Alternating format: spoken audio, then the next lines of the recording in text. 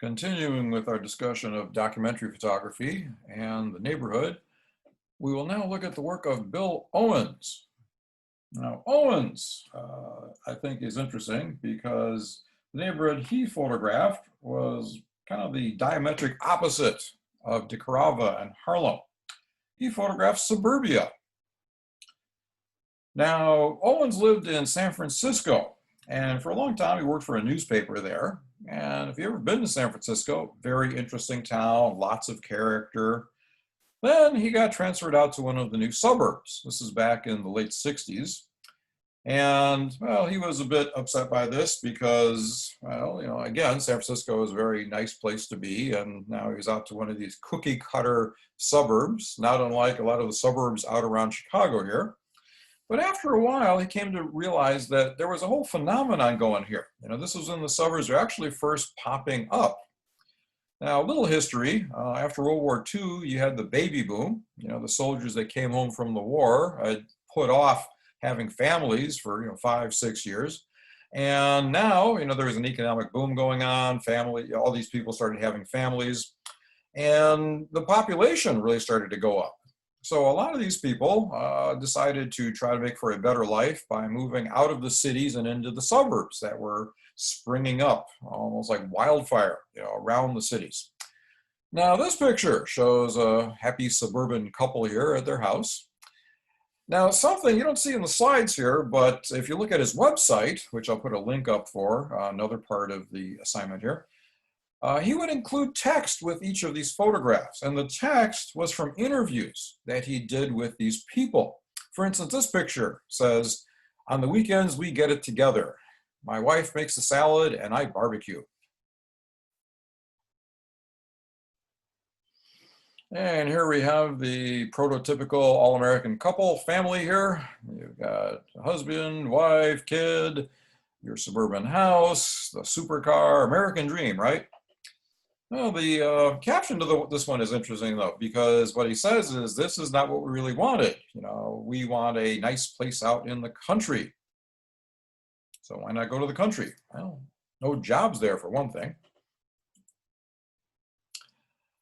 And the RV people, I always smile when I see this. They got their RV, and not only do they travel to all these RV parks, but they've actually got vests with patches from all of the different parks that they've been to. And here the caption says, "We're only at our home about 6 weekends out of the year. Our RV is our real home."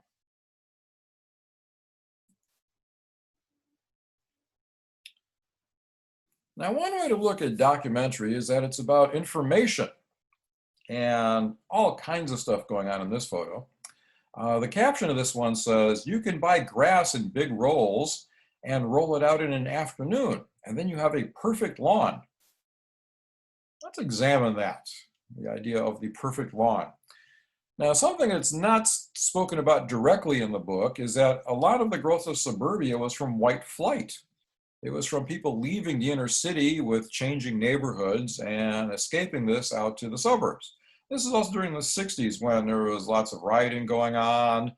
Every summer, you could practically count on riots happening, and people felt they were out of control, so they decided to move somewhere where they could have total control. The idea of having this perfect lawn, this mania for control. If you had a dandelion or something in there, you were a terrible neighbor if you didn't have a lawn that looked just like green carpet.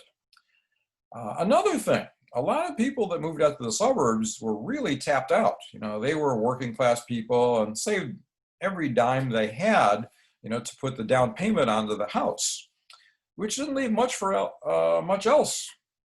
I was actually part of this. My parents moved out to Oak Lawn in 1967, southwest suburb.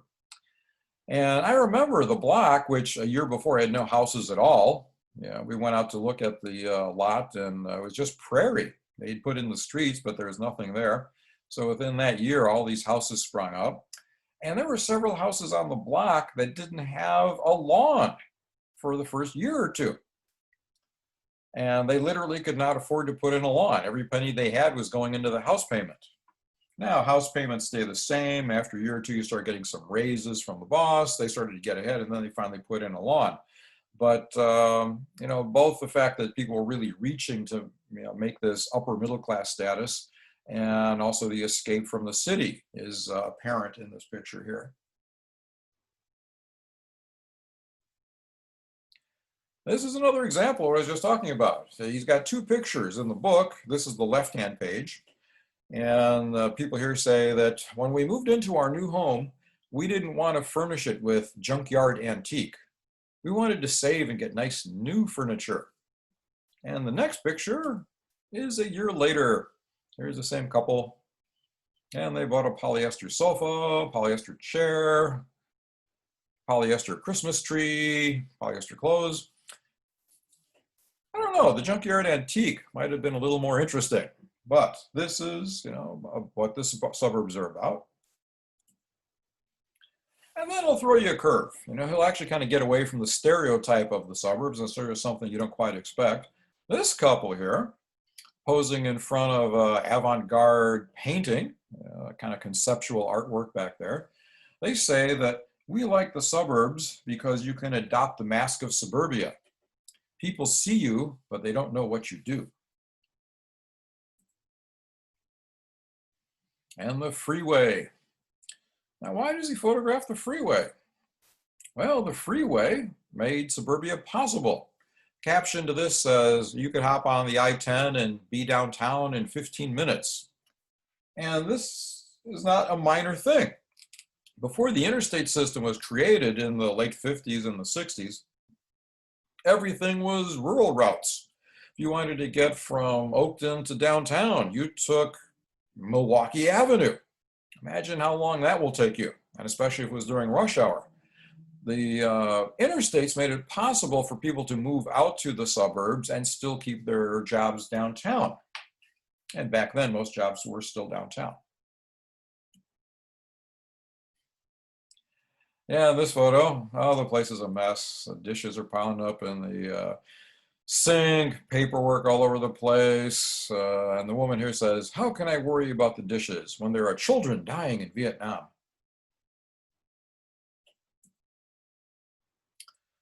Something you don't see much of in suburbia in this book, or suburbia for that matter. A person of color. The woman in this picture says, we moved to suburbia for economic and educational opportunities. The thing that suburbia can't provide my children is Black cultural identity.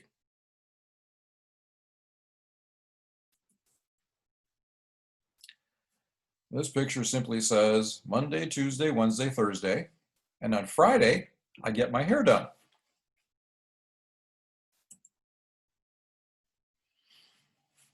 And here's a suburban mother and child proudly watering the dirt. Probably planted seed because they couldn't afford to put in a sod and get rolls of that.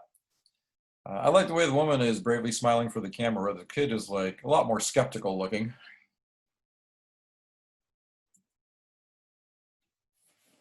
Now, a lot of these suburban homes had unfinished basements, and once people got ahead a bit, they would often take some money and finish the basements. This guy has finished his basement as a bar. Caption of this one says, my hobby is drinking. I like to get together with my friends and booze.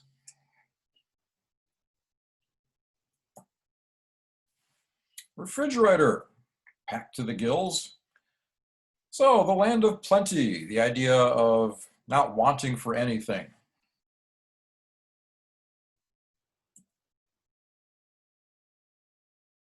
And another suburban family here. I like the way they're posing for the photo. And mom is looking at the camera instead of Junior there. She's about to gag him with the baby food. Although even Junior is looking at the camera, so he's already learned how to pose. And again, he kind of veers away to something different. The couple here, sitting in their bedroom, says that we believe most people are too hung up about sex. For us, sex takes care of itself. But the thing I really find interesting is that besides the four-post bed in this room, there's no paintings on the wall, no photographs, no dresser, and they must really not be hung up about sex because they don't even have curtains on the window. So this says a lot to me, again, about the fact that a lot of these people didn't have a lot of leftover money when they first moved in.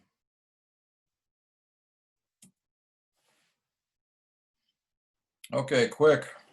What is going on in this picture? Can anybody think? It's a Tupperware party. For those not familiar, Tupperware party, it's an interesting sales model.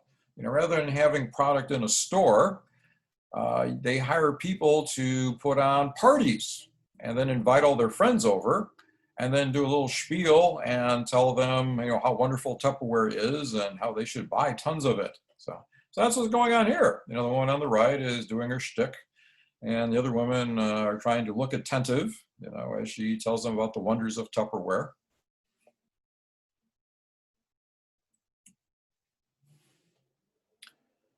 This photo, the caption simply says, "We like to play war."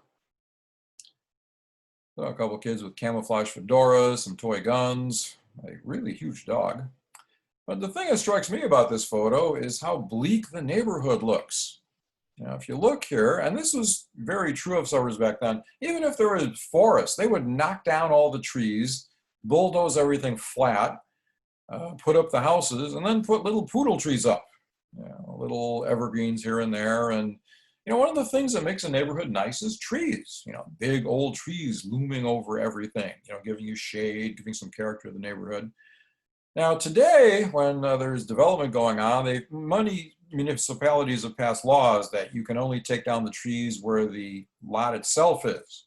And this is made for much nicer neighborhoods. But at this time, it was really very blighted looking in these places.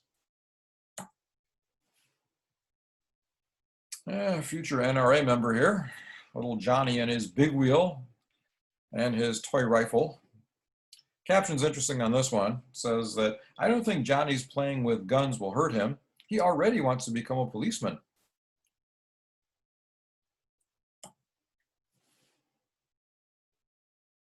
Nice family portrait here. Dad with his sons, raking up the leaves. But Owens just can't keep a straight face. The next leaf raking picture, there's a guy actually up in the tree. And the caption of this one says, "My dad thinks that if all the leaves haven't fallen out, I should go up and shake them out. I think he's crazy." This goes back to that mania for control again. That, oh, you can't leave a few leaves up there, that won't look right. I mean, he's going to fall out and break his leg just to make the tree look a little more perfect.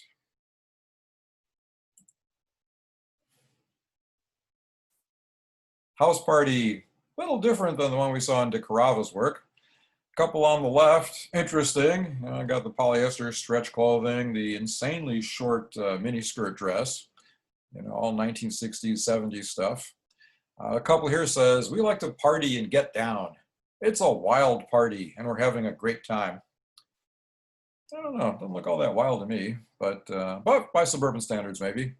I like the guy in the middle, Lounge Lizard Larry there, with the mutton chop, sideburns, and the mustache.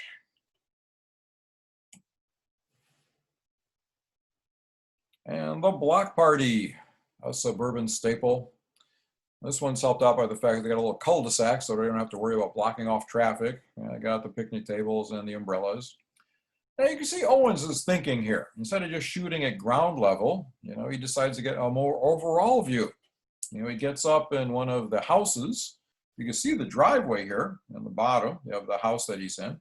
Goes up to the second floor, leans out the window, and not only gets the the crowd and the party itself, but also the rest of the neighborhood, with the really distressingly similar architecture spread throughout here. So this is DeCarava and Bill Owens, both covering the neighborhood. And this is one of the things about the assignment. What is different about your neighborhood? Find things that stand out, that are unique. I live in Niles, for instance, or actually Skokie, but right next to Niles. And we got the Leaning Tower YMCA. So, I mean, there's a landmark. You're driving down the street and there's the Leaning Tower of Pisa, right there. So, find the things that are different, unique, and, say something about the area in which you live.